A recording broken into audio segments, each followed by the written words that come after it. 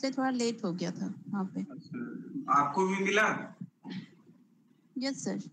चलिए आशीर्वाद। टैबलेट का पार्टी भी दी थी दीदी ने। उसी पे क्लास हो रही है आज? उसी टैबलेट पे क्लास चल रही है? नहीं, अभी लॉगिन नहीं किया है ना मीनू ने। अच्छा, आवाज बहुत अभी कम है खोला सर। नहीं है डब्बे से। अच्छा, चलिए मुहूर्त वगैरह देख के खोलिए उसको। वैसे भी सरकारी है ना। चलिए अब देखिए, हम लोग जो डिस्कस कर रहे थे उसी को आगे हम लोग बढ़ाते हैं। तो थोड़ा सा आज हम सोच रहे हैं ना पैटर्न चेंज करके थोड़ा वेस्टर्न पे आप लोग को अप्रोच बताएं, क्योंकि वेस्टर्न आज आप लोग का क्लास भी होगा वेस्टर्न का। तो इसके बाद ना फिर जो हम लोग विज्ञानवाद को छोड़े थे उसको खत्म करके, और कुछ अभी हमारी व्यस्तता 18 या 19 तारीख को आ गई है, तो जो भी होगा अगर 1-2 दिन हम क्लास नहीं लेंगे हम सूचित कर देंगे, और 19 के बाद एग्जैक्ट आप लोग को हम बता देंगे कि किस टाइम पे हम पढ़ाएंगे, और भानु जी को हम अपडेट कर देंगे और क्या पर टॉपिक हमको डील करना है ये सब हम बता देंगे। और 18-19 को एक व्यस्तता है हमारी, उसके बाद हम सारी चीजों को अपडेट करके आप लोग का ये जो इंट्रोडक्टरी क्लासेस चल रहा है ये सारा क्लास मेरे समझ से कल समाप्त कर देंगे हम। ये सब अप्रोच जो बताना था वो आप लोग समझ गए और पहले से भी समझ रहे हो आप लोग, तो अब तो स्टार्ट करेंगे प्रॉपरली। तो वेस्टर्न फिलॉसफी में आज थोड़ा सा हम ले चलते हैं ताकि थोड़ा सा आप लोग का वो चेंज हो। इंडियन में बहुत सारी चीजें हो रही, थोड़ा सा जो आप लोग का विज्ञानवाद का कल जो लोग नहीं थे तो विज्ञानवाद पे बड़ी डिटेल में चर्चा हुई थी।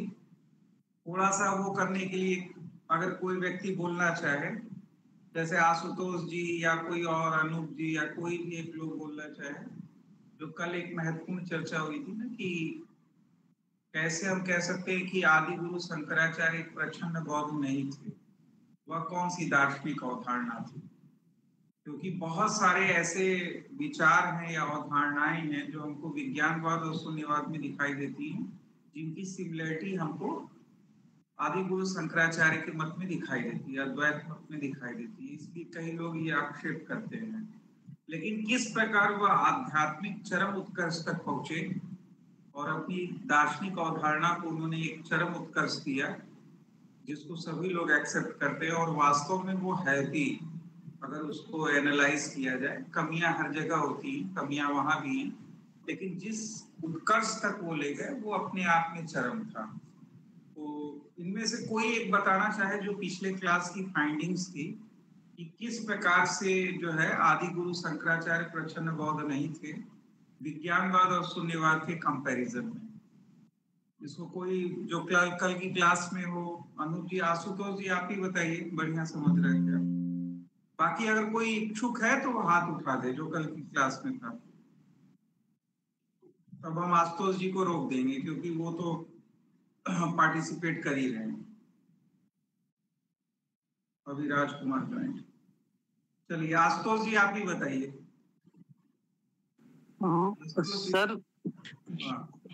सर हमने देखा था कि जो शंकर का विवर्तवाद है, शंकराचार्य का जो विवर्तवाद है वो कहीं ना कहीं बौद्ध के आलय विज्ञान से मिलता है, जिसकी आपने सर कल चर्चा भी की थी कि जैसे हमने बोला था कि विवर्तवाद अगर एक कपड़ा हो गया तो उसके रेशे, मतलब उसकी और इन डेप्थ चर्चा की गई थी आलय विज्ञान में, जिसको हमने विपाक, आपने सर एक शब्द बताया था विपाक, वो भी है। और इसका कंपैरिजन कैसे करते हैं विज्ञप्ति मात्र से, उसका थोड़ा सा मेरे को क्लियर नहीं है, शायद आगे जब हम पढ़ेंगे तो वो और क्लियर होगा।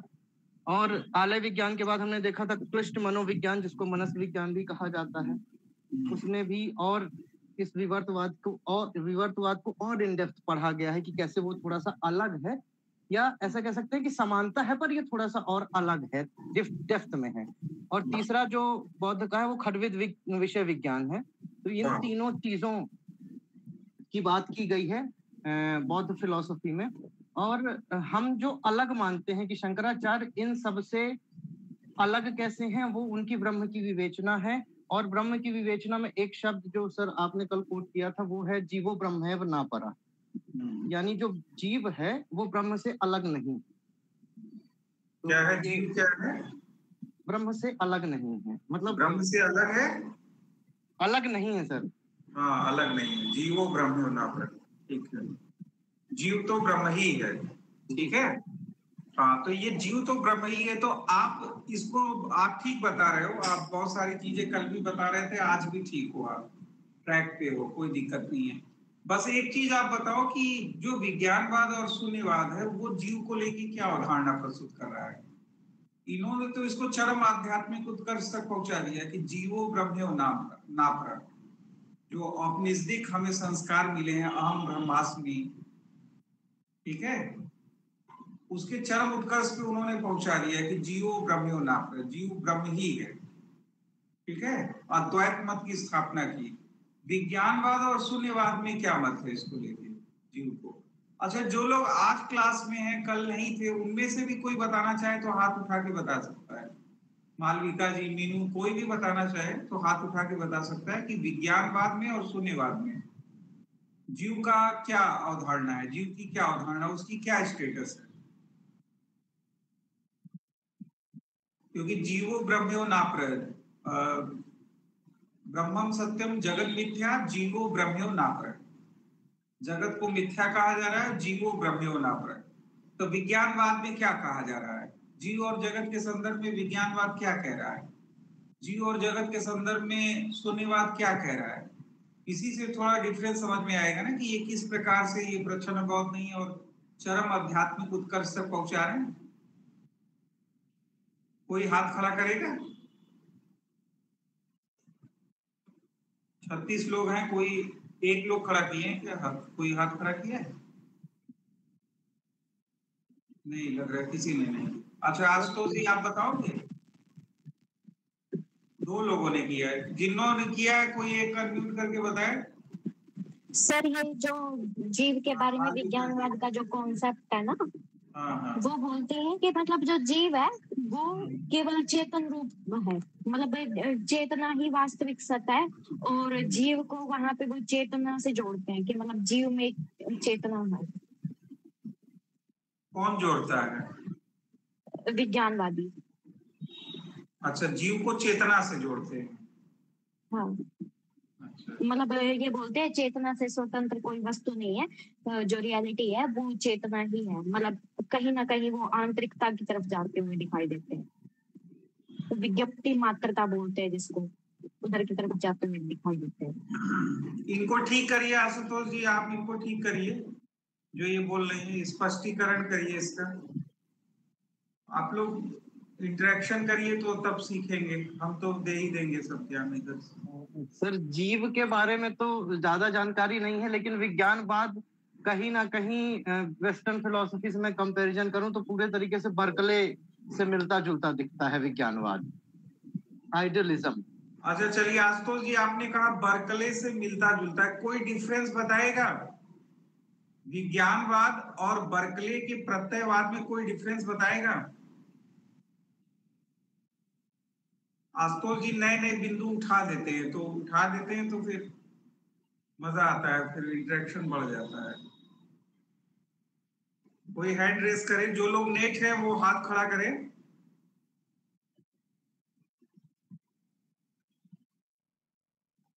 किसी ने? हाँ, आशुतोष मिश्रा, हाँ। हाँ का क्या मतलब? किसी ने हाथ नहीं खड़ा किया। आप कोशिश करेंगे आशुतोष जी? सर जीव के बारे में मुझे विज्ञानवाद का कॉन्सेप्ट नहीं पता है, लेकिन असल में जिस तरीके से विज्ञान का मतलब प्रत्यय ही है सर, यानी अगर कोई कॉन्सेप्ट, कोई बाहर चीज देख रहे हैं हम, तो वो कॉन्सेप्ट से बनी हुई है। यानी अगर मैं एक टेबल को देख रहा हूँ या मैं एक पेन को देख रहा हूँ, मैं एक फोन को देख रहा हूँ। एक मिनट रुकिएगा, बस आपसे ही इंटरेक्शन हम कर रहे हैं कि आत्म तत्व को लेके हीन यान क्या मान रहे हैं। अच्छा, भगवान बुद्ध आत्म तत्व को लेके क्या कहते हैं?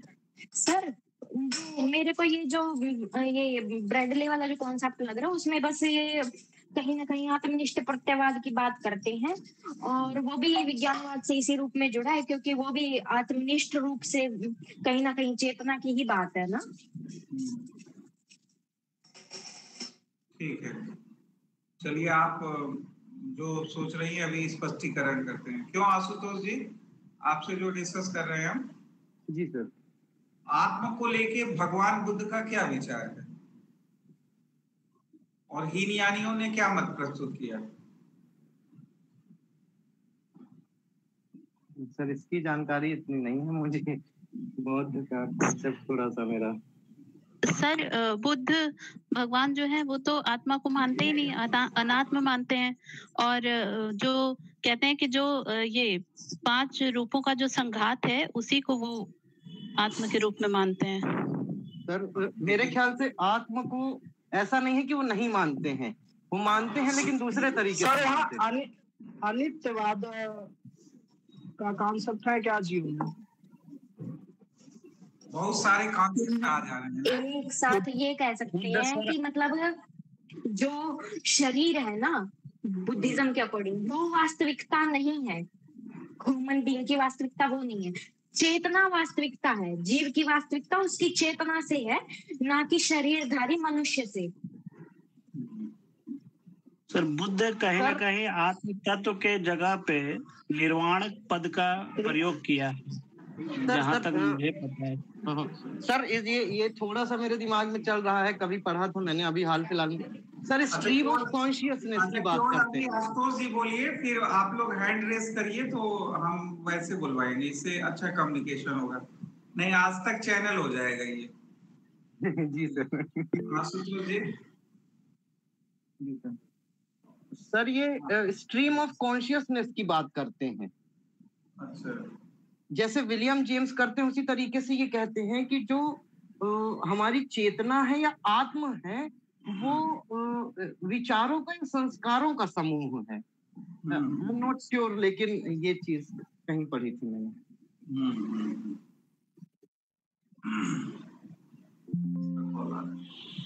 भैया आई गेस थोड़ा सा करेक्शन है।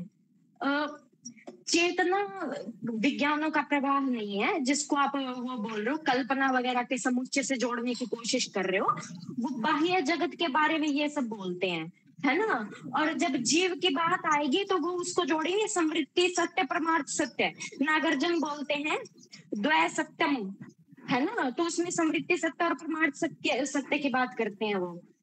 तो समृद्धि सत्य की जब बात आती है तो जो ह्यूमन बीइंग होता है उसको जो ये वर्ल्ड है वो सब दिखाई देता है।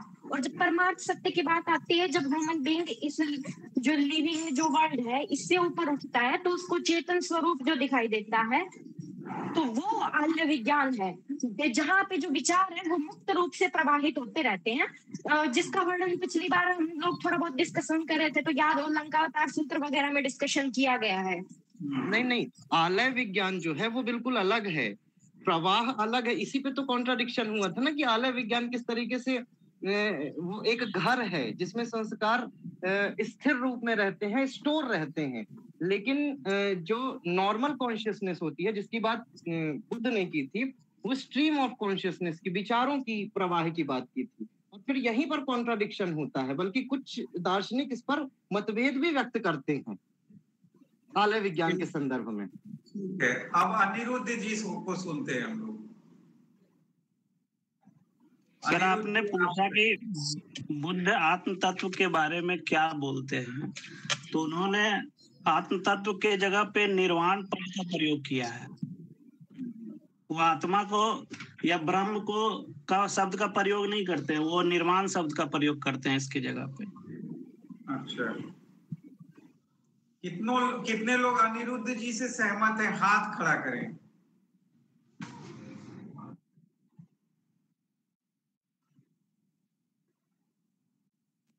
थोड़ा सा सर निर्वाण का संदर्भ पूछना चाहेंगे सर हम, कि मतलब इस निर्वाण का संदर्भ क्या है। हाँ, कौन? अच्छा, मालविका, क्योंकि निर्वाण के भी सर अलग अलग मीनिंग लिए गए हैं ना। अच्छा, क्या मालविका जी क्या कर रही हैं आप? निर्माण को परम तत्व के, हाँ, जैसे बोल रहे हैं ना, निर्वाण को परम तत्व के रूप में लिया गया है ना? तो निर्वाण के भी तो अलग अलग अर्थ निकलते हैं। एक तो सिंपल अर्थ है कि बुझ जाना, तो वो मीनिंग लेंगे क्या यहाँ पे निर्वाण का, कि या फिर निर्वाण कुछ और है? अगर है तो उसको थोड़ा और एक्सप्लेन किया जाए ना।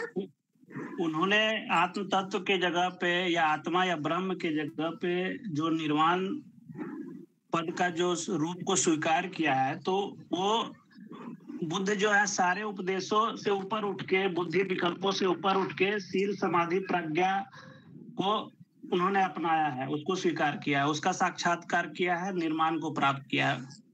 अच्छा, नहीं मुझे अनिरुद्ध जी, अगर मैं यह कहूं कि जो भगवान बुद्ध का उपदेश है अनात्मवाद का, वह औपनिषदिक आत्मवाद का खंडन नहीं करता है, तो क्या मैं सही हूं?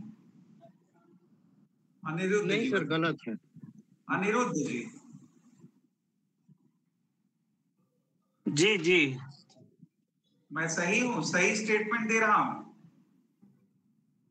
कहा जा सकता है सर, क्योंकि उपनिषद में आत्मा के जगह पे परम तत्व के बारे में जिक्र किया गया है, तो कहीं न कहीं उसको शब्दों में बदल के बुद्ध सामने लाते हैं। सर एक ना वो कॉन्सेप्ट है, आप लोग थोड़ा अनिरुद्ध जी के लिए क्लैपिंग करिए सब। बहुत सही, ठीक है। देखिए, ये डिस्कशन से ये होता है कि चीजें उभर के आती हैं, तो बस करिए, शोर बढ़ गया है बस, क्योंकि वो परम उपनिषद में जैसे परम तत्व है सर, तो बुद्ध बस थोड़ा सा ट्विस्ट करते हैं शब्दों को, और उन्होंने शुद्ध आत्म तत्व लिखते हैं परम तत्व के जगह पे, बस उन्होंने यही किया है। तो इसका मतलब जो अनिरुद्ध जी के हैं और जो हम सेंटेंस बोले, अगर इन दोनों को आप आपस में मिला दोगे तो आप, मालविका जी बोल रहे, फिर आपको हम मौका दे रहे हैं बोलने। सर हम ये कह रहे थे कि मतलब जो अगर देखा जाए ना, तो दोनों का जो रेफरेंस जो लिया गया है वो उपनिषदों से ही लिया गया है। जितने भी भारतीय दर्शन के मूल हैं उनका उपनिषद में देखने को मिलता है। तो जो बृहदारण्यक उपनिषद है उसमें जो नेति नेति का वर्णन है वो कहीं ना कहीं अनात्मवाद और जो ब्रह्म का जो नेति नेति वाला विवरण है उससे समान है। तो मालविका जी, आप अनिरुद्ध जी जो कह रहे हैं और जो हमने सेंटेंस बोला उसी के अनुरूप बात कर रही हैं आप, ठीक है? हाँ, अनिर्वचनीय या नेति नेति शब्द का प्रयोग उन्होंने किया है परम तत्व के जगह पे। उन्होंने शुद्ध आत्म तत्व का उतना मैंने बोला, यही सेंटेंस मैंने बोला कि जो भगवान बुद्ध का अनात्मवाद का उपदेश है वह औपनिषदिक आत्मवाद का खंडन नहीं करता है। यही चीज आप लोग बोल रहे हो, क्योंकि जो ये निर्माण की बात करते हैं, यही निर्माण जो है औपनिषदिक आत्म के सदृश्य है। जो आप लोग बता रहे हो कि इसकी नेति नेति व्याख्या होती है, इसको अनिर्वचनीय कहा जाता है, इसको अपरोक्षानुभूति गम्य कहा जाता है, बुद्धि विकल्पातीत कहा जाता है, बहुत सारी चीजें कही जाती है ना। तो औपनिषदिक आत्म तत्व है क्या? विशुद्ध साक्षी चैतन्य तत्व, यही है ना?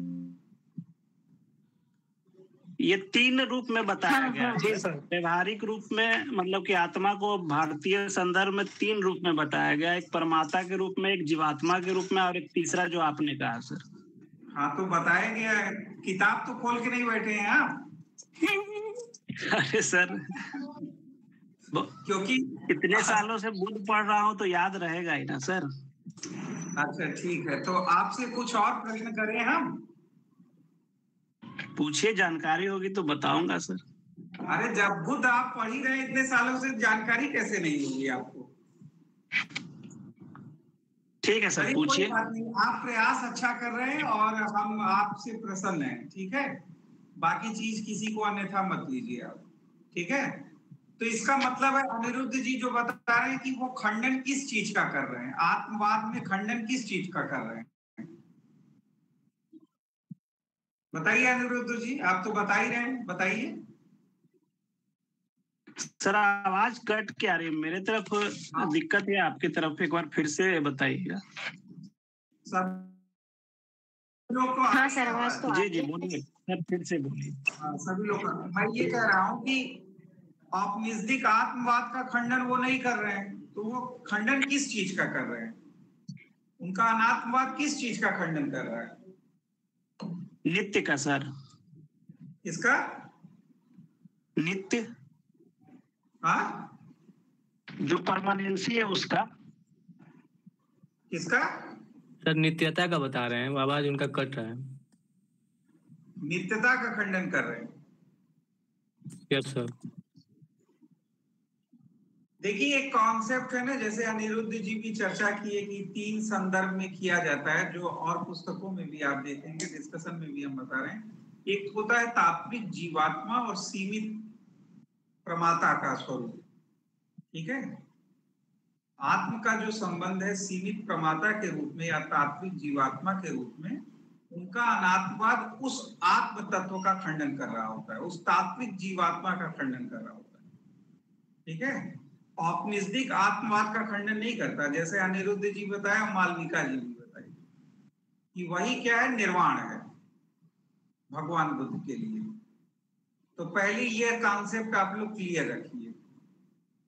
हाँ, कि अनात्मवाद मतलब आत्मवाद का खंडन, आत्मवाद का खंडन, तो वो किस प्रकार से खंडन है, नहीं है, औपनिवेशिक आत्मवाद का खंडन है या नहीं है, किस चीज को खंडित कर रहे हैं, किस चीज पे अपना दृष्टिकोण रख रहे हैं, उस चीज को आप ध्यान रखिए।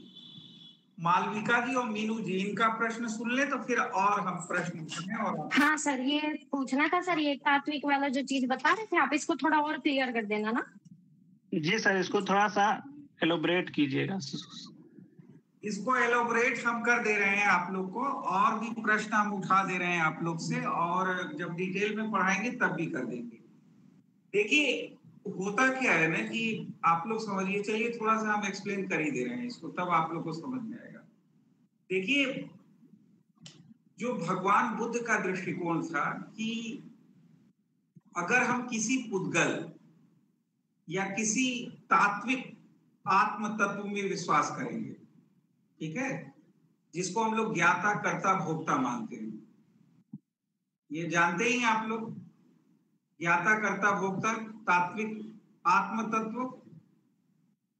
भगवान बुद्ध के लिए यह समस्या थी कि जो अपने विचारों को रखना प्रारंभ किए, तो उनकी सबसे बेसिक अवधारणा यही से शुरू होती है कि यदि हमारी आत्म तत्व में विश्वास होगा, इस तात्विक जीवात्मा में हम विश्वास करेंगे, तो हम 4 तरह के क्लेशों में अपने को डाल देंगे। 4 प्रकार के क्लेश उत्पन्न होंगे इससे, जिसकी चर्चा हम कल भी किए थे, जिसको कहते हैं आत्मदृष्टि, आत्ममान, आत्ममोह, आत्मस्नेह। और जब तक हम तात्विक जीवात्मा में विश्वास रखेंगे, जो सीमित ज्ञाता कर्ता भोक्ता इस आत्म तत्व में विश्वास रखेंगे, तब तक हम इन 4 क्लेशों से मुक्त नहीं हो सकते। यही इनकी बेसिक अवधारणा थी। ठीक है, लेकिन जब स्पेसिफिक आपसे जब ये पूछा जाएगा कि क्या आप ये कहना चाह रहे हो कि औपनिवेशिक आत्मवाद का ये खंडन कर रहे हैं, तो जैसे अनिरुद्ध और मालविका जी ने बताया कि नहीं कर रहे हैं, क्योंकि जिस निर्वाण तत्व में उनका विश्वास है, जिस अल्टीमेट रियलिटी को वो स्थापित कर रहे हैं, जिस आध्यात्मिक अद्वैतवाद की वो स्थापना कर रहे हैं, जिस आध्यात्मिक निरपेक्षवाद की स्थापना कर रहे हैं, उसमें निर्वाण ही एकमात्र तत्व है। और वह निर्वाण क्या है? जो औपनिवेशिक आत्म तत्व है, वही है जिसकी नेति नेति व्याख्या करते हैं, और जिसको कहते हैं कि ये बुद्धि विकल्पातीत है, अपरोक्षानुभूति गम्य है। समझ गए आप लोग? तो ये जो 4 प्रकार के क्लेश हैं, इन 4 प्रकार के क्लेशों के कारण वह आत्म तत्व का खंडन करते हैं। जो तात्विक जीवात्मा है उसको स्वीकार नहीं करते। अब इनमें से कोई किसी को पता है कि ये 4 प्रकार के क्लेश क्या हैं? इसकी व्याख्या वो कर सकता है एक एक लाइन में कि ये आत्म दृष्टि क्या होती है, आत्ममान क्या है, आत्ममोह क्या है। ये हर दर्शन में आपको दिखाई देगा। आत्म स्नेह क्या है, और शब्दों से भी स्पष्ट है। आत्म दृष्टि क्या होगी? जीवात्मा दृष्टि। ठीक है, स्वयं को ज्ञाता कर्ता भोक्ता समझना। किसी तात्विक आत्म तत्व में विश्वास करना, इसी को क्या कहते हैं? आत्मदृष्टि। आत्ममान मतलब क्या होगा आपको? अहंकार। आत्ममोह क्या होगी?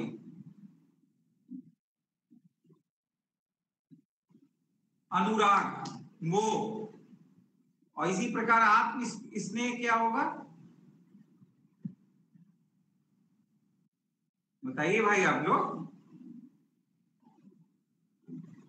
स्नेह से क्या आती है? आसक्ति। सर जो, हाँ ठीक है, तो ये जो चीजें हैं ना, ये इनकी मूल अवधारणा थी भगवान बुद्ध की। इसीलिए इन्होंने अनात्मवाद का विचार प्रस्तुत किया कि जब तक आप इससे हटोगे नहीं, तब तक आप जो है निर्वाण के मार्ग पर अग्रसर नहीं हो सकते, तब तक आप इसी में उलझे रहोगे, क्योंकि ये 4 प्रकार के क्लेश आपको घेरे रहेंगे। अच्छा, आपके अपने पर्सनल लाइफ में भी होता नहीं है ये? बताइए, होता है कि नहीं होता है? अगर मान लीजिए कहीं प्रेजेंटेशन बहुत अच्छा दे देते हैं, कहीं किसी विषय पे प्रेजेंटेशन चल रहा है, तो घर पे आके एकदम लवरेज हो जाते हैं कि नहीं? कोई मित्र यार जो आपसे डेली बात करता है, उसका फोन भी नहीं उठाते हैं। क्यों? आत्ममान इतना बढ़ जाता है कि फोन भी नहीं उठाते। यार अब तो हम खुद ही स्तोप हो चुके हैं, भाजपा हमको प्रवक्ता रखने वाली है, हमको कॉल आने वाला है राष्ट्रीय अध्यक्ष का, हम कैसे हरू गरू का फोन उठा लेंगे? समझ रहे हैं? तो इन 4 प्रकार के क्लेशों से बचना आवश्यक है, और यही बंधन का मेन कारण है, मुख्य कारण है। इसीलिए इन्होंने अनात्मवाद का मत प्रस्तुत किया। तो इनके लिए आत्म तत्व था क्या, या हीन यानियों के लिए आत्म तत्व है क्या, जिसको मीनू जी ने एक्सप्लेन किया। मीनू जी ने बताया जो कि ये क्या है? 5 स्कंधों का संघात है। रूप, वेदना, संज्ञा, संस्कार और विज्ञान, ये 5 स्कंधों का संघात है, इसके अलावा और कुछ नहीं है। ठीक है? जब क्षणिकवाद हम आपको पढ़ाएंगे, तो क्षणिकवाद जो इनका अनित्यवाद का उद्देश्य था, जब इसको क्षणिकवाद में परिणित किया इन यानियों ने, तो उन्होंने कहा क्षणिक धर्मों का प्रवाह चल रहा है, क्षणिक भौतिक परमाणुओं का प्रवाह चल रहा है, क्षणिक जो है चित्त चैत्य धर्मों का प्रवाह चल रहा है। ये प्रवाह निरंतर चल रहा है, और ये परस्पर जो है इनका संतान भी चलता रहता है, यानी इनका एक सीरीज भी चलती रहती है दोनों की, और साथ साथ ये आपस में मिलकर संघात भी बनाते हैं। स्कंद मतलब होता है समुच्चय। तो इसी में जो ये 5 स्कंदों का संघात होता है, जिसमें एक भौतिक है और जो बाकी 4 हैं वो मानसिक है। इन रूप और ये मानसिक, इनसे मिलकर इन स्कंदों के संघात से जो निर्मित होता है, इसी पर हम आरोपित कर देते हैं किसको? आत्म तत्व को। किसको आरोपित करते हैं? इंपोज कर देते हैं, इंपोज कर देते हैं आत्म तत्व को। और ये इंपोजिशन हमको कहां ले जाता है? 4 प्रकार की क्लेशों की ओर ले जाता है। आत्मदृष्टि, आत्ममान, आत्ममोह और आत्मस्नेह की ओर ले जाता है। और जब तक हम इस क्लेशों में फंसे रहेंगे, तब तक हमें निर्वाण की प्राप्ति नहीं होगी, तब तक हम उस परम तत्व को जान नहीं पाएंगे, क्योंकि हम इसी में फंसे रहेंगे। यही इनका बेसिक कॉन्सेप्ट था। ठीक है, बहुत सारा डिस्कशन ये सब चल रहा था। अभी हम इसको डिटेल में आप लोग को बौद्धिज्म हम डील करेंगे, बहुत डिटेल में ले जाएंगे। अभी तो अवधारणाएं आप लोग बता रहे, तो आप लोग का बात घूमते घूमते यहाँ पे चला आया। आशुतोष जी ने कोई बात उठाई और किसी ने उठाया, यहाँ तक चला आया।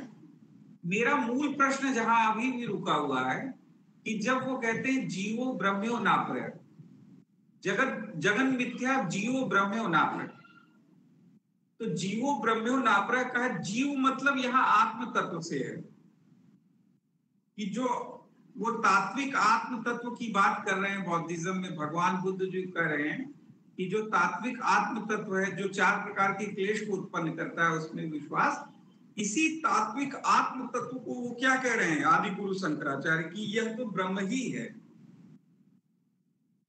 इसमें कोई भेद नहीं है,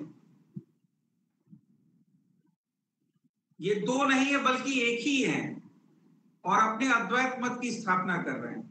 तो मेरा मूल प्रश्न यहाँ था जिसका उत्तर नहीं मिला और बात इधर उधर चलते हुए यहाँ तक पहुंची।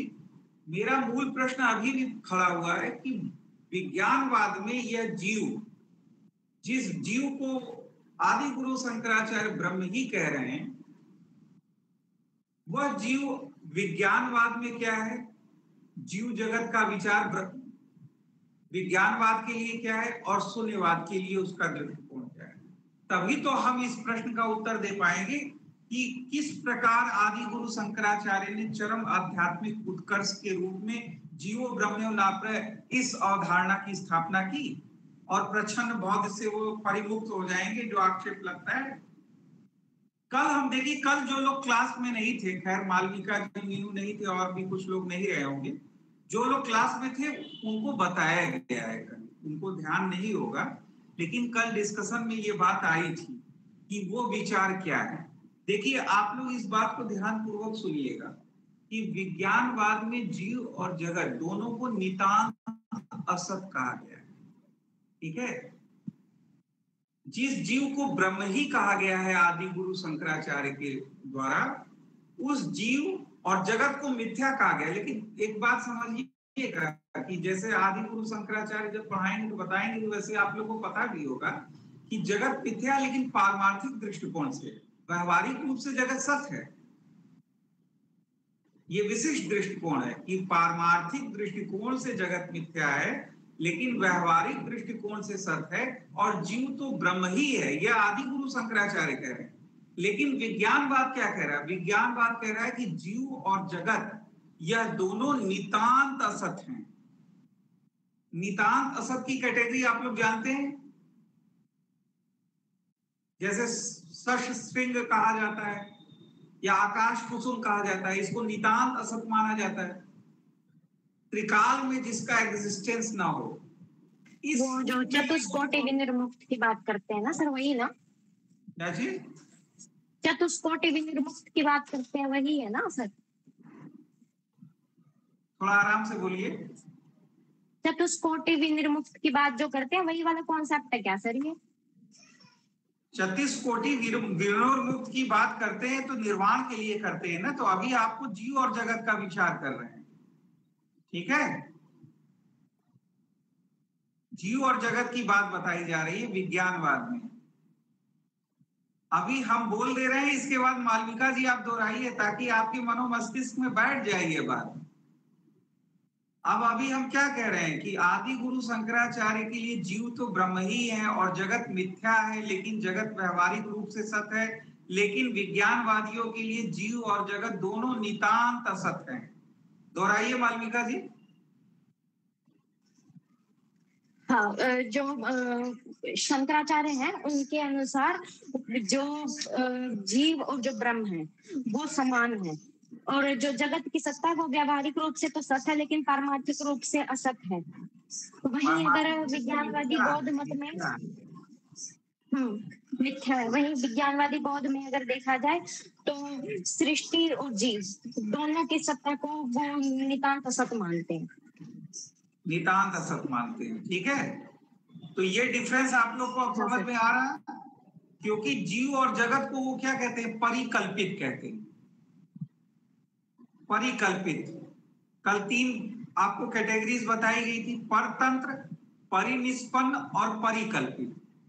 तो इसमें जो परिकल्पित होगा वह जीव और जगत होगा, यह नितांत असत माना जाता है। इनकी प्रातीतिक सत्ता भी विज्ञानवादियों ने नहीं स्वीकार की। आप बताइए कि अब हम कह सकते हैं कि आदि गुरु शंकराचार्य प्रच्छन्न बौद्ध थे? बताइए कि ये कहां ले जा रहे हैं? जीव और जगत को नितांत असत बता रहे हैं। तो जब आप की चीजों की अवधारणाओं को माइन्यूटली नहीं समझोगे तो आप फिर ऐसे स्टेटमेंट दे दोगे कि वो प्रच्छन्न बौद्ध है, बहुत सारी सिमिलरिटीज मिलती हैं, वो सांस्कृतिक स्तर की बात करते हैं, पारमार्थिक स्तर की बात करते हैं, बहुत सारी चीजें ये परिकल्पित, परतंत्र, परिनिष्पन्न की बात करते हैं, तो ये प्रातिभाषिक, व्यवहारिक, पारमार्थिक की बात करते हैं। तो इस तरह से आप जो है जब अवधारणाओं को नहीं समझेंगे तो आपको चीजें दिखाएंगे कि अरे मिलता जुलता, लेकिन आप जब ये देख रहे हो कि वो किस निष्कर्ष को, किस चरम आध्यात्मिक निष्कर्ष को स्थापित कर रहे हैं, जिसने भारतीय दर्शन की श्रेष्ठता पूरे विश्व में स्थापित की है।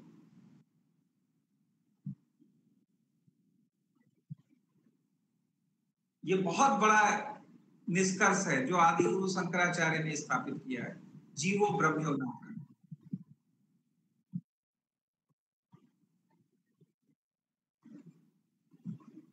किसी ने शायद स्टेटमेंट भी दिया है, मुझे पूरी तरह से स्मरण नहीं आ रहा है, लेकिन किसी ने स्मरण आ नहीं रहा कि इन्हीं के संदर्भ में कहा था कि कोई और संदर्भ था कि मनुष्य मतलब जिस एक्सट्रीम तक जा सकता है उस एक्सट्रीम पर जाकर दिया गया यह निष्कर्ष है। किसी ने वक्तव्य दिया था इस संदर्भ में, जीवो ब्रह्मो ना प्रकृति, इससे एक्सट्रीम और कुछ हो नहीं सकता। आप लोग इसको एहसास कर रहे होंगे एज अ फिलॉसफी के स्टूडेंट होने से कि कितना महत्वपूर्ण हो गया ये।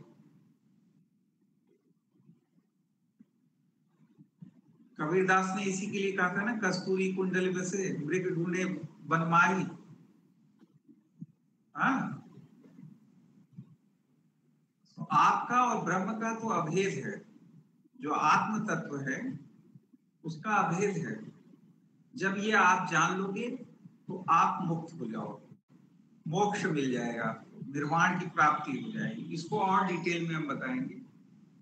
तो अब देखिए शून्यवादी क्या कर रहे होते हैं। आशुतोष जी आप प्रश्न ले रहे हैं, तो पहले शून्यवादियों को, शून्यवादी क्या जीव और जगत के संदर्भ में कह रहे होते हैं? शून्यवादी कह रहे होते हैं कि इन दोनों की सांवृत्तिक या प्रातीतिक सत्ता है, यानी जीव और जगत दोनों की वो प्रातीतिक सत्ता मान ले रहे हैं, एक तरह से मिथ्या कह रहे हैं इनको। तो जगत को मिथ्या कह रहे हैं तो ये तो सिमिलरिटी है, आदि गुरु शंकराचार्य भी मिथ्या कह रहे हैं, लेकिन ये जीव को भी मिथ्या कह दे रहे हैं। अच्छा, आप लोग को महसूस हो रहा है कि ऐसा ये लोग क्यों कर रहे हैं? ऐसा इसलिए कर रहे हैं क्योंकि आदि गुरु इसलिए कर रहे होते हैं क्योंकि महात्मा बुद्ध के वचनों को ये फॉलो करते हुए आ रहे हैं। और महात्मा बुद्ध ने जो अनात्मवाद का उपदेश दिया और जिस तात्विक जीवात्मा या जो तात्विक आत्म तत्व का इन्होंने खंडन किया, सीमित ज्ञाता कर्ता भोक्ता जो सीमित प्रमाता होता है उस तत्व का खंडन किया, उसी संदर्भ में चूंकि ये जीव को ले रहे होते हैं, इसलिए वो उस संदर्भ में वो सारी चीजें एक्सप्लेन कर रहे होते हैं। और चूंकि ये जीव और ब्रह्म दोनों में अभेद स्थापित कर रहे होते हैं, और परम तत्व इनका क्या है? ब्रह्म है, जो आप लोग ने कहा इसकी नीति नीति व्याख्या होती है, अनिर्वचनीय है, अपरोक्षानुभूति गम्य है। तो ये इस तरह से इस चरम आध्यात्मिक निष्कर्ष तक ये पहुंचते हैं। लेकिन फिर भी जो डिफरेंस रह जाता है दोनों में वो बड़ा महत्वपूर्ण रह जाता है, और इसको आप लोग हमेशा अपने मनोमस्तिष्क में रखिएगा। अब आशुतोष जी फिर अनिरुद्ध जी का हम सवाल लेंगे और फिर परिचर्चा को आगे बढ़ाते हैं। आशुतोष जी बताइए। सर, एक विचारधारा ऐसी थी कि शंकर की फिलॉसफी के बाद ऐसी कोई अलग फिलॉसफी लिख ही नहीं गई या कोई लिख ही नहीं पाया जो शंकर से अलग हो पाए।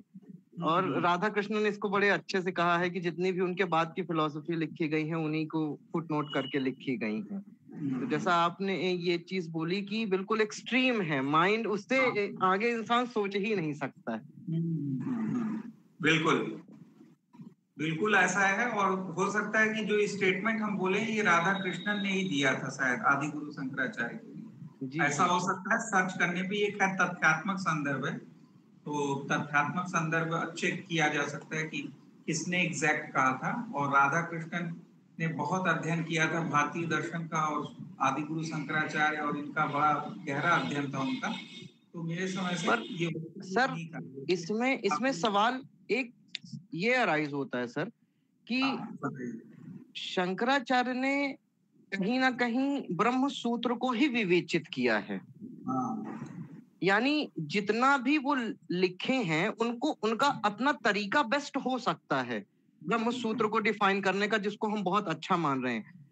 हालांकि ब्रह्म सूत्र एक ऐसी चीज है जिसको अपने तरीके से हर कोई डिफाइन किया है और कई बार किया गया उसको डिफाइन, कई बार किया गया है, बिल्कुल। वेदांत लेकिन जो संप्रदाय हैं वो इसी पे आधारित है, सभी ने उस पे भाष्य लिखा है अपना अपना। जी सर। लेकिन ये चरम आध्यात्मिक उत्कर्ष पे इन्होंने पहुंचाया है एनालिसिस को, वैसा एनालिसिस कहीं नहीं पहुंच पाया। जी सर। जहां ये पहुंच गए जीवो ब्रह्मो नापर, जीव तो ब्रह्म ही है, ठीक है। जी सर। वो आपका जो वक्तव्य है वो ठीक है। और दूसरी चीज, चलिए बहुत प्रशंसा हो गई, ऐसा नहीं कि प्रशंसा होगी तो सब कुछ परफेक्ट ही होगा। क्या चीज परफेक्ट नहीं है, अगर थोड़ा सा आप लोग सोचेंगे तो बता सकता है, कोई नहीं बताएगा तो हम तो बताएंगे ही। आपको क्या लगता है आदि गुरु शंकराचार्य के दर्शन में क्या चीज ठीक नहीं लगती? सर माया का कॉन्सेप्ट जो है इनका, सुनेंगे उसके बारे में एनालिसिस करने पे थोड़ा सा और कंपैरिजन करेंगे अगर आप बौद्धिज्म से, तो थोड़ा सा आपको प्राप्त होगा। बताइए सर। ये माया का विचार इनका थोड़ा सा क्लियर नहीं हो पाता है सर। ये चलिए, माया का विचार बड़ा बृहद है और माया का विचार किस संदर्भ में है वो बहुत डिटेलिंग में हम लोग डिस्कस कर लेंगे, और उस पर बड़ा आक्षेप भी है, और रामानुजाचार्य का जो उसके ऊपर आक्षेप है वो सब तो पूछा भी जाता है आप लोग के एग्जाम में। आश्रयानुपत्ति और ये सब है ना, तिरोधानानुपत्ति, तो ये सब सारी चीजें पूछी जाती हैं। लेकिन इनके बेसिक इनकी जो मौलिक अवधारणा थी उसमें कहीं कोई एक ऐसा पॉइंट है जो आप लोग अभी जो बौद्धिज्म से कंपैरिजन में डिस्कशन चल रहा है उसमें कोई चीज बता सकते हैं? अनिरुद्ध जी हाथ उठाए, बताइए। वो पहले वाले कुछ प्रश्न के हाथ उठे हुए हैं। पहले वाले प्रश्न से भी बताइए, और जो अभी उठा रहे हैं अगर वो भी समझ में आए तो उस पर भी कुछ कह दीजिए। पहले वाले में प्रश्न में ये है सर कि पूछना आपसे ये था कि बुद्ध और शंकर के बीच की कड़ी को कुमारिल भट्ट से जोड़ा जा सकता है, ऐसा कुछ यदि बता सके तो बताइए। देखिए, कुमारिल भट्ट से किस संदर्भ में, कोई संदर्भ दीजिए तो बताएं। कोई ऐसा आपको संदर्भ तो नहीं दे पाऊंगा सर, लेकिन कुमारिल भट्ट ऐसा कहा जाता है कि वैदिक धर्म का जो समय कुछ पतन हो गया था, बहुत कम ऐसे लोग थे जो वैदिक धर्मों को मान रहे थे, उसको फॉलो कर रहे थे। तो कुमारिल भट्ट के सामने एक चुनौती आई कि इसको कैसे बचाया जाए, तो वो बौद्ध से बहुत सारी चीजों को शायद सीखा था। उसके बाद फिर शंकर ने भी कुमारिल से कुछ सीखा जाके वैदिक धर्म और ये सब। तो कहीं सुना था मैं कहीं लेक्चर में, इसलिए मैं आपसे पूछ रहा हूँ कि क्या कोई कड़ी है कुमारिल भट्ट का, क्या बौद्ध और शंकर के बीच के? जो कड़ी है जो आप बता रहे हैं वही कड़ी है, ठीक है। तो यदि पता हो तो सर थोड़ा सा इसे एक्सप्लेन कीजिएगा सर। इसको हम एक्सप्लेन करेंगे जब पढ़ाएंगे, थोड़ा सा प्रकाश हल्का सा आपको डाल देंगे प्रकाश। और जो अभी अवधारणा वाली प्रश्न है ये एक तरह से कथा कहानी है, तो कथा कहानी जब हम बताएंगे तो उसमें और डिटेल में बताएंगे, थोड़ा सा बता दे रहे हैं जब आप छेड़ दिए हैं। तो देखिए, जो आप चर्चा कर रहे हैं वो बिल्कुल ठीक है कि कुमारिल भट्ट जो मीमांसक थे, जब बौद्धों का प्रभाव बहुत बढ़ गया था, एक समय ऐसा आया था कि प्रभाव इतना ज्यादा प्रगाढ़ था समाज में कि जो ब्राह्मण लोग थे वो जब किसी भी भिक्षु को देखते थे घर के आगे निकलते हुए तो वो हट जाते थे, घर के अंदर जाके दरवाजा बंद कर लेते थे। ऐसी स्थिति आ गई थी, क्योंकि अगर उनको ऐसा स्थिति आ गई थी, मतलब प्रभाव, अब इसको चाहे आप अतिशयोक्ति अलंकार कह लीजिए कि हनुमान के पूंछ में लगन न पाई आगी, सगरी लंका जल गई, गए निशाचर भागी, उस रूप में समझ लीजिए, चाहे जो कि बुद्धम शरणम गच्छामि, धम्मम शरणम गच्छामि, यह जब किसी भी ब्राह्मण के कर्ण में पड़ जाता था तो वह वैदिक धर्म छोड़कर भगवान बुद्ध की शरण में चला जाता था, बौद्ध भिक्षु हो जाता था। ऐसी स्थिति आ गई थी, समझ रहे हैं ना। तो ऐसी स्थिति में ये जो कुमारिल भट्ट हैं, कुमारिल भट्ट ने भी वैदिक धर्म और दर्शन की रक्षा के लिए बीड़ा उठाया। और आप लोग जब अलग अलग आपको ज्ञान मीमांसी पक्ष पढ़ाएंगे ना, तो आप लोग को डिटेल में दिखाई देगा कि बौद्धों के अलग अलग ज्ञान मीमांसी पक्ष का कितनी गहनता से और कितनी व्यापकता से कुमारिल भट्ट और इन लोगों ने, मीमांसकों ने इनका खंडन किया है। बहुत डिटेल में कुछ जगहों पे आएगा, जब प्रामाण्यवाद वगैरह की चर्चा करेंगे तो बहुत डिटेलिंग में कुछ जगहों पे आएगा, तो वहां कुछ डिटेल भी आप लोग को अवधारणाओं की बताएंगे।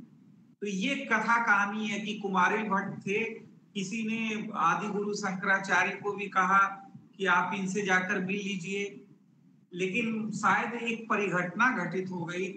और बहुत दिन पहले ही हमने भी इस पे थोड़ा सा ध्यान दिया था। शायद परिघटना ये घटित हो गई कि जब ये कुमारिल भट्ट को खोजते खोजते इनके पास पहुंचे, तो कुमारिल भट्ट क्या किए थे कि अपने शरीर में पूरे तेल का लेपन करके चावल की भूसी लगा लिए थे और सामने अग्नि जल रही थी। ऐसी ही कथा है, आप लोग इसको कंफर्म कर लीजिएगा, लेकिन ऐसी ही कथा है। तो जब ये पहुंचे आदि गुरु शंकराचार्य के पास कि भाई किसी ने हमें भेजा है कि आप वैदिक धर्म और दर्शन की रक्षा के लिए लगे हुए हैं, प्रयास कर रहे हैं, और हम आपकी शरण में आए, आप ही हमारा मार्गदर्शन करिए। तो वो देखे कि ये तो साक्षात जो है अपने शरीर पे चावल की भूसी रगड़ के और तेल लगा के और सामने अग्नि जल रही है, अपने आप को अग्नि में समर्पित करने वाले हैं। तब इन्होंने बताया कि देखो मेरे से एक अपराध हो गया। तो उन्होंने पूछा क्या अपराध हो गया, तो उन्होंने कहा कि मुझ पे जो एक पाप है, जो अक्षम्य पाप है, वह है गुरु निंदा की। ठीक है, क्योंकि बौद्धों के मतों का खंडन करने के लिए ये क्या करते थे कि बौद्ध भिक्षु का भेष ले लेके उनके जहां पे अध्ययन अध्यापन चल रहा होता था, जो उनके संग होते थे उसमें वो शामिल हो जाते थे, और शामिल होके वहां पर वो पढ़ते थे कि वो क्या विचार रख रहे हैं। और इसके बाद फिर जब ये सारे विचारों को जान गए बौद्धों के, तो उसके बाद बहुत डिटेल में जाके उसका खंडन किया। तो उनको बाद में इस चीज का बोध हुआ कि यह एक तरह से गुरु निंदा का उनके ऊपर वो पाप चढ़ गया है, और पाप लगा उनको, और यह अक्षम्य पाप है। तो उससे मुक्ति प्राप्त पाने का उनके अंदर वो हुआ कि भाई किसी तरह हम इससे त्राण पाएंगे और अपने शरीर को त्याग देंगे। तो उस समय जब आदि गुरु शंकराचार्य पहुंचे, तो फिर कहे कि भाई अब देखो हमारा तो समय आ गया, मेरे साथ ऐसी स्थिति हो गई और ये हुआ। तब उन्होंने मंडन मिश्र का, जिसको कहेंगे देसी भाषा में कि उनको उनका पता दिया, मंडन मिश्र का। ठीक है, और मंडन मिश्र और आदि गुरु शंकराचार्य शास्त्रार्थ ये बहुत प्रसिद्ध है, ये हर जगह मिलेगा, आप लोग को डिटेल में पढ़ सकते हैं। कथा कहानी है, इसमें अवधारणा नहीं है, इसलिए हम चर्चा नहीं किए। खैर जब हम पढ़ाएंगे तो चर्चा कर देंगे। और ये भी कहा जाता है कि मंडन मिश्र भी इतने प्राकांड विद्वान थे कि उनके जो कुटिया के ऊपर तोता और मैना भी बैठती थी ना, वह भी कहती रहती थी स्वतः प्रामाण्य परतः प्रामाण्य। तो जब किसी से एड्रेस पूछे वो आदि गुरु शंकराचार्य कि मंडन मिश्र की कुटिया कहाँ है, तो बताया किसी ने कि आप चले जाइए और कुटिया के ऊपर जहाँ तोता मैना कह रही होगी स्वतः प्रामाण्य परतः प्रामाण्य, तो समझ ले जाइएगा कि मंडन मिश्र का घर है। अब चाहे इसको अतिशयोक्ति कर लीजिए, चाहे जो कर लीजिए, ठीक है। और तोता तो बोलता ही है भाई, तोता मम्मी पापा सब बोलता है।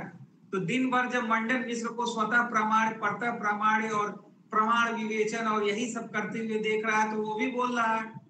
ठीक है, तो बहुत अतिरंजित नहीं है, ये सब परिघटित हुआ है। तो ये सब कथा कहानी है, और इसके बाद की जो परिचर्चा चली, तो अब देखिए जो खैर हम लोग अवधारणा पे आते हैं कि हम लोग क्या डिस्कस कर रहे हैं कि शून्यवाद में जीव को भी क्या कहा गया, सांवृत्तिक कहा गया।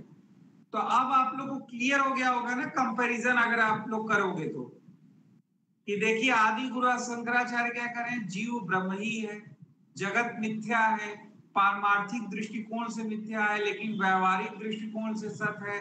विज्ञानवादी क्या कह रहे हैं? विज्ञानवादी कह रहे हैं कि जीव और जगत दोनों नितांत असत्य हैं। शून्यवादी क्या कह रहे हैं? जीव और जगत दोनों की सांविधिक या प्राकृतिक सत्ता है।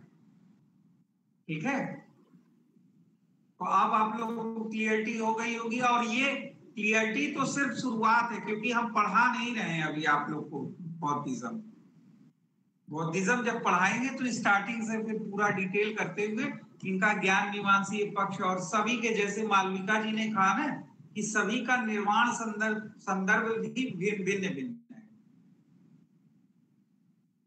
जो हीन यानियों के निर्वाण का विचार है महायानियों के निर्वाण के विचार से बहुत अंतर रखता है, क्योंकि मौलिक इनके दृष्टिकोणों में ही अंतर है। वो सारी चीजें आपको विस्तार से बताई जाएंगी, किताबों में आप लोग को मिल जाएगा। जैसे हीन यानी कहते हैं कि पुद्गल नैरात्म के क्लेशावरण के क्षय से निर्वाण की प्राप्ति होती है। महायानी कहेंगे नहीं, पुद्गल नैरात्म के साथ साथ यानी क्लेशावरण के क्षय के साथ साथ धर्म नैरात्म भी आवश्यक है, यानी गेयावरण भी का क्षय भी आवश्यक है। यानी क्लेशावरण और गेयावरण दोनों के क्षय से निर्वाण की प्राप्ति होती है। तो ऐसे बहुत सारे संदर्भ हैं, डिटेल में जाएंगे तो उस समय हम बताएंगे। ठीक है, तो अभी ये सारी चीजें हो गई। और वेस्टर्न का पता नहीं क्यों आ ही नहीं रहा है कि हम लोग जब इंडियन में आ रहे हैं तो हाँ सर, ये लोग इतना डीप डाउन लेके चले जा रहे हैं ना कि वेस्टर्न पे आने ही नहीं दे रहे। मीनू इतना कही थी। कोई बात नहीं, रेगुलर क्लासेस आप लोग की 2-4 दिन में चली जाएंगी।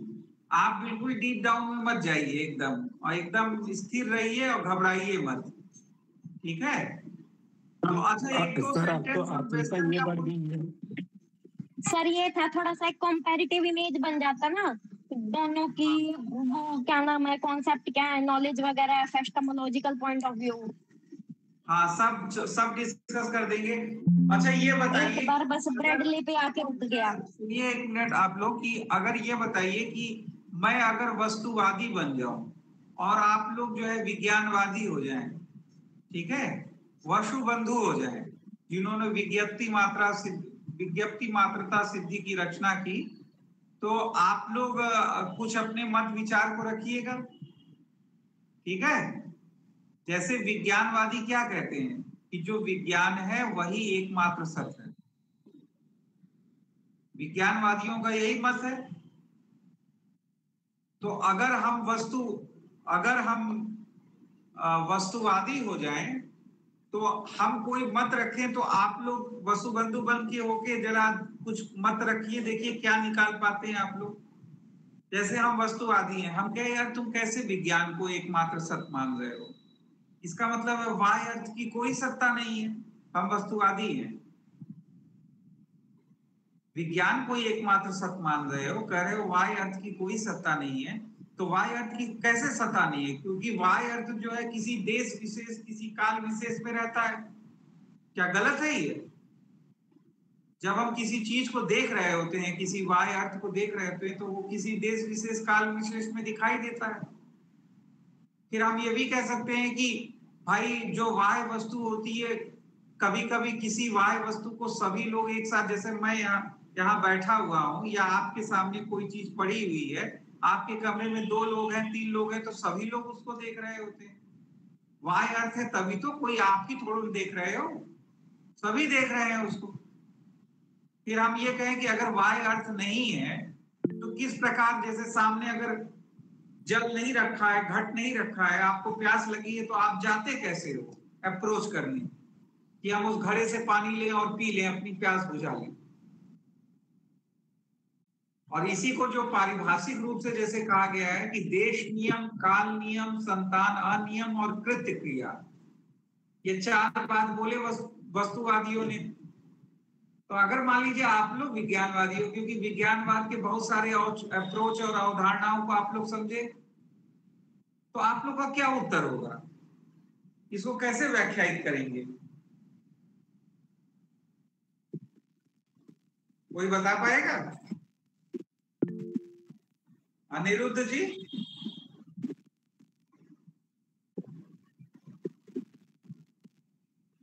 मालविका जी, आप बताइए। अगर इसको अगर एक वेस्टर्न से कंपैरेटिव स्टडी करके देखें ना, जिसके बाद ह्यूम भी करते हैं स्पेस टाइम और रिक्वेजिशन की, है ना, तो वो भी कहीं ना कहीं बाह्य चीजों को ही मान रहे हैं ह्यूम भी।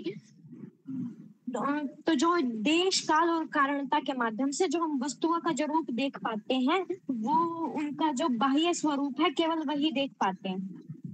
उनका जो नित्य रूप है, जिसको सतरूप बोला है, जिसको अनिर्वचनीय बोला है, जिसको विज्ञान का प्रवाह बोला है, वो सब चीजों की व्याख्या नहीं हो पाएगी। अच्छा, जैसे वस्तुवादी कह रहे हैं कि हम देश विशेष काल विशेष में किसी चीज को देख रहे हैं, मतलब बाह्य अर्थ है, क्योंकि हम किसी देश विशेष काल विशेष में देख रहे हैं ना, वो तो सर देखने लोग के उसको देख रहे हैं।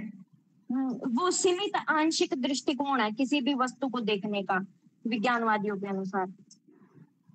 अच्छा, सीमित आंशिक दृष्टिकोण से हम इसको देख रहे हैं। आशुतोष जी, आप कुछ बताएंगे?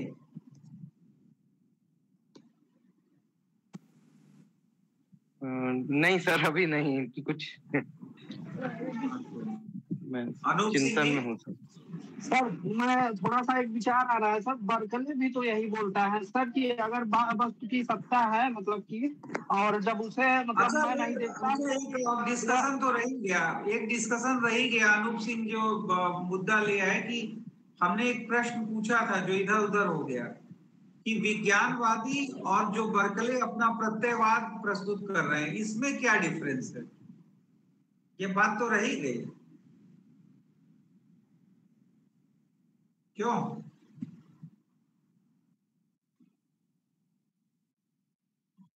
कोई बताएगा? चलिए इसको इसके बाद डिस्कस करते हैं।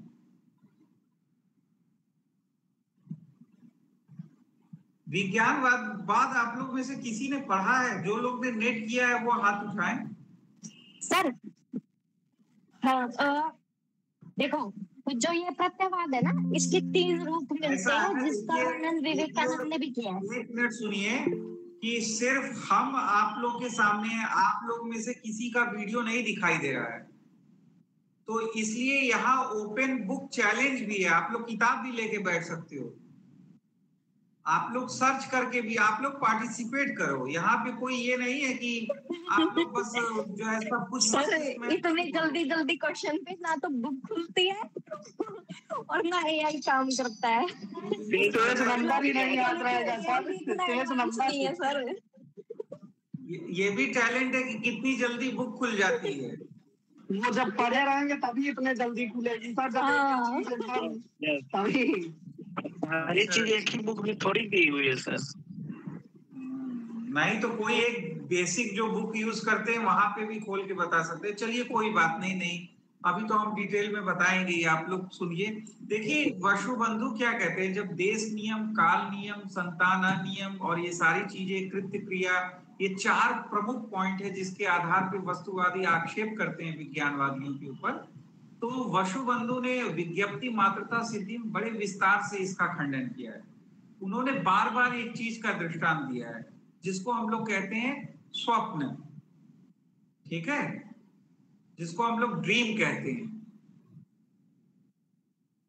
उसका दृष्टांत देके बार बार उन्होंने वस्तुवादियों के मत का खंडन करने का प्रयास किया है। ये आप लोग पढ़िएगा, कोई भी बुक उठाइएगा तो पढ़िएगा। वो कहते हैं कि जब आप कह रहे हो कि कोई बाह्य वस्तु इसलिए है क्योंकि देश विशेष काल विशेष में हमें दिखाई देती है, तो कहते हैं स्वप्न में भी जो स्वप्न पदार्थ है वो हमें किसी देश विशेष काल विशेष में दिखाई देता है। जैसे किसी को आइसक्रीम बड़ा पसंद है तो उसको बहुत किसी देश विशेष काल विशेष में स्वप्न देख रहा है तो उसको आइसक्रीम ही दिख रहा है कि वो आइसक्रीम खा रहा है, जो है हाँ, जो फ्लेवर पसंद है वही फ्लेवर खा रहा है। तो इस देश विशेष काल विशेष के आधार पे आप बाह्य अर्थ को नहीं स्थापित कर सकते। और जो एक और आसान चीज है, जैसे हम कहते हैं कृत्य क्रिया, यानी जो प्रवृत्ति, जिसको अंग्रेजी में कहेंगे हम प्रॉम्प्ट टू एक्शन, जो हमें किसी क्रिया को करने के लिए प्रेरित करती है। तो बाह्य अर्थ है तो हमें किसी क्रिया को करने के लिए प्रेरित करती है। तो कहते हैं कि भाई ये चीज तो स्वप्न में भी होता है। अगर स्वप्न में भी हमें प्यास लगा है तो जो स्वप्न का जो जल होता है वो हमारी पिपासा को शांत कर देता है। या स्वप्न में हम किसी ऐसे व्यक्ति को देख लेते हैं जिसको हम नहीं देखना चाहते, जिससे उधार बाड़ी लिए हैं, तो हम जाके पेड़ के पीछे छुप जाते हैं कि अरे अगर ये दिख गया तो ये तो इसी तो 500 रुपए मांगे थे हम।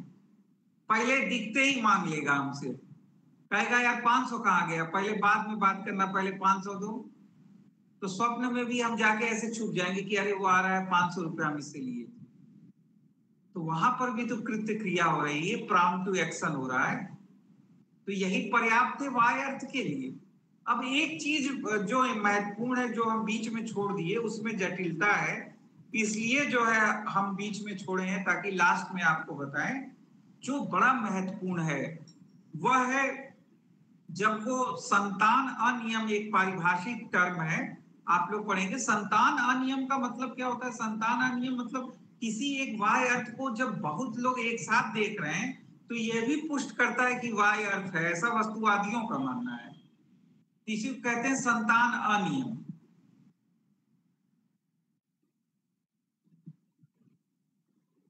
ठीक है, तो इसी को कहते हैं कि संतान अनियम। तो इसकी व्याख्या बड़ी विशिष्ट तरीके से विज्ञानवादी करते हैं। यह सामान्य रूप से चर्चा नहीं किया जाता है, इसलिए हम इस संदर्भ की चर्चा आप लोग से कर रहे हैं। और यहीं पर आले विज्ञान मालविका, आपका कैमरा हाँ, यहीं पे आले विज्ञान की अवधारणा आती है और यहीं पर विपाक की अवधारणा आती है। ठीक है, यहीं पर विपाक की अवधारणा आती है। ये बड़ी सूक्ष्मता है अवधारणाओं में, इसीलिए मैंने कहा ना कि मेरी आदत है कि हम डिटेलिंग में जाके चीजों को बताते हैं। तो थोड़ा सा मेरे साथ मेरी ये जिसको कहते हैं ना कमजोरी समझिए। अब पता नहीं आप लोग के लिए वरदान है कि अभिशाप है, ये आप लोग समझिएगा, आने वाला वक्त बताएगा। लेकिन जो है ये मेरी कमजोरी है। तो ये जो संतान अनियम है ना, इसकी एक विशिष्ट व्याख्या है जो आले विज्ञान और विपाक से संबंधित है। वो इसको इस प्रकार से व्याख्यायित करते हैं। पहले तो एक सामान्य रूप से कह देते हैं, वो सामान्य रूप से ये कहते हैं कि ऐसा संभव है कि बहुत सारे लोग एक ही स्वप्न को देखें, ऐसा संभव है।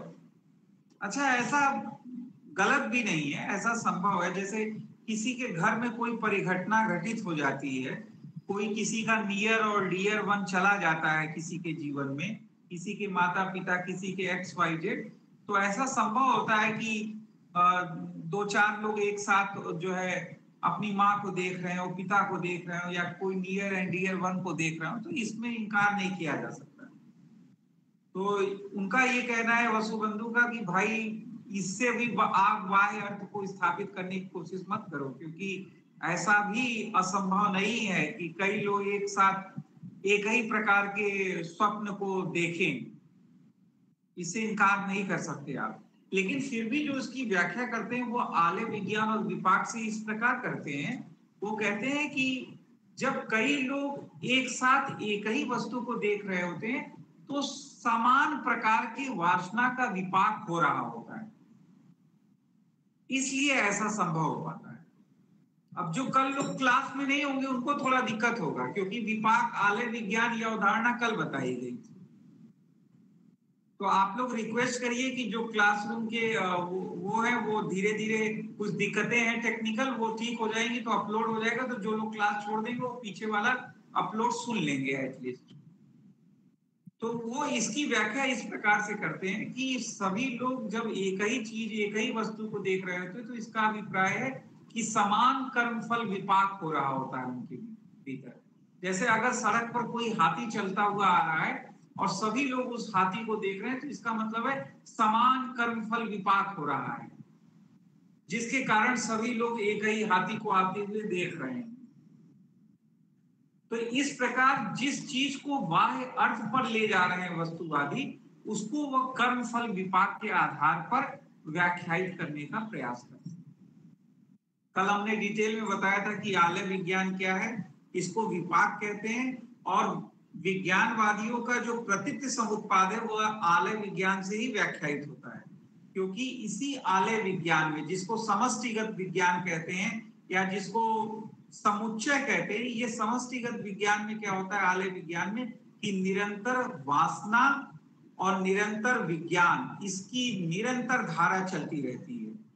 यानी विज्ञान प्रस्फुटित होता है, वासनाओं को छोड़ता है, वासनाएं परिपक्व होती हैं, विज्ञान का स्वरूप लेती हैं, और ये अनंत चक्र चलता रहता है। और इसी को हम लोग जन्म मरण चक्र कहते हैं, या इसको प्रकृति समुत्पाद चक्र कहते हैं। आलय विज्ञान में ये चलता रहता है। ठीक है, तो एक प्रकार के कर्म संस्कारों के कारण समान कर्म फल विपाक होता है आलय विज्ञान में, और इस विपाक के कारण हम सभी लोग एक साथ किसी वस्तु को देख पाते हैं। इसीलिए कल आप लोग को हम बताए थे, आशुतोष जी आप भी थे, कि हमने ये बताया था कि क्यों दर्शन जटिल है अन्य विषयों से। आप समझ रहे हैं? क्योंकि एक ही संदर्भ में अलग अलग तरह के दृष्टिकोण है और उसमें डिटेलिंग है, उसकी अपनी अवधारणा है। ठीक है, इसलिए यहाँ पर कभी कभी जटिलता महसूस होने लगती है। इसलिए ये एक विशिष्ट प्रकार के दृष्टिकोण को डिमांड करता है। दर्शन जो है एक विशिष्ट प्रकार के दृष्टिकोण को डिमांड करता है। हर विषय करता है, लेकिन दर्शन के साथ थोड़ा और लगा हुआ है, अंडरलाइनिंग। ठीक है, तो कोई भी चीज, आप कोई भी विषय आप देख लीजिए, मान लीजिए कि आप डॉक्टर ही हैं और डॉक्टर हैं, और ठीक से जब एमबीबीएस की पढ़ाई चल रही थी तो आप घुमक्कड़ी कर रहे थे, दिन भर इधर उधर घुमाई कर रहे थे, फिल्म देख रहे थे, मौज मस्ती कर रहे थे। और इसके बाद जब आप एमबीबीएस पूरा हो गया तो कोई मरीज आ रहा है, तो कोई मरीज जो है कह रहा है कि यहाँ दर्द है, यहाँ दिक्कत हो रही है, तो आपको ठीक से चीजें समझ में ही नहीं आ रही, आप उसके समस्या का निदान नहीं कर पा रहे हो, सब चीजें कंफ्यूजन हो जा रही हैं। इसीलिए कई लोग कहते हैं ना कि एमबीबीएस डॉक्टरों से बहुत दूर रहो, एमडी एटलीस्ट एमडी ढूंढो। ठीक है, एटलीस्ट एमडी से मिलो, क्योंकि फिर वो कॉन्सेप्ट क्लियर नहीं होगा तो उलझा देगा। तो इसी तरह जब तक आप लोग फिलॉसफी में भी अपने कॉन्सेप्ट को क्लियर नहीं करोगे, अवधारणाओं, तो सब चीज उसी में, कोई आप लोग से पूछेगा अरे आप तो नेट हैं, आप तो सर जेआरएफ हैं, आप ये हैं, सर ये बताइए कि इसमें क्या है, तो आपको खुद नहीं क्लियर है कि हम क्या बताएं। हम तो खुद ही में क्लियर नहीं है, अभी सब उलझ के रह गया है। तो जब उलझ ही रह गया है तो फिर पढ़ क्या रहे थे? पढ़ने का मतलब है कि परत दर परत चीजें खुलती रहनी चाहिए, एक अवधारणा, एक स्पष्ट वो जो है आपके अंदर कॉन्सेप्ट। अब आपसे ये कोई अपेक्षा थोड़ा कर रहा है कि विज्ञप्ति मात्रता सिद्धि ग्रंथ में एक एक लाइन, जो एक एक चीज दी गई है, वो सब चीज आपको कंठस्थ हो, किसी जन्म में नहीं होगा। लेकिन जो मूल अवधारणा है उसका स्पष्टीकरण तो होना चाहिए। ठीक है, तो जब वस्तुवादी, अब देखिए 2-3 मिनट है, 1-2 मिनट बोल के और बंद करते हैं, फिर कल हम वेस्टर्न फिलॉसफी से ही स्टार्ट करेंगे, इंडियन हम छोड़ ही देंगे। कंटेम्परेरी वेस्टर्न के कुछ टॉपिक्स को लेके अवधारणाओं का डिस्कस करेंगे। फिर 1-2 दिन हमारी व्यस्तता है, उसके बाद आप लोग को डिटेल क्लास के बारे में सूचित कर दिया जाएगा भानु जी के द्वारा कि मेरी क्लासेस कब चलेंगी हफ्ते में और किस टॉपिक से स्टार्ट होंगी। इंडियन फिलॉसफी हम लिए हुए हैं, तो इंडियन फिलॉसफी के ही टॉपिक से स्टार्ट करेंगे। हम एनालिसिस कर लेंगे कि किस तरह के प्रश्न किस जगह से ज्यादा पूछे जा रहे हैं, वहीं से हम आप लोग का स्टार्ट कर देंगे। तो 3-4 मिनट है, आप लोग भी आराम कर लीजिए, क्योंकि 9 बजे से सर की क्लास है और हमें भी थोड़ा आराम मिल जाएगा। तो आज के लिए बस इतना है। ठीक है, thank you sir. Thank you sir. Thank you sir. Thank you sir. प्रणाम। Thank you.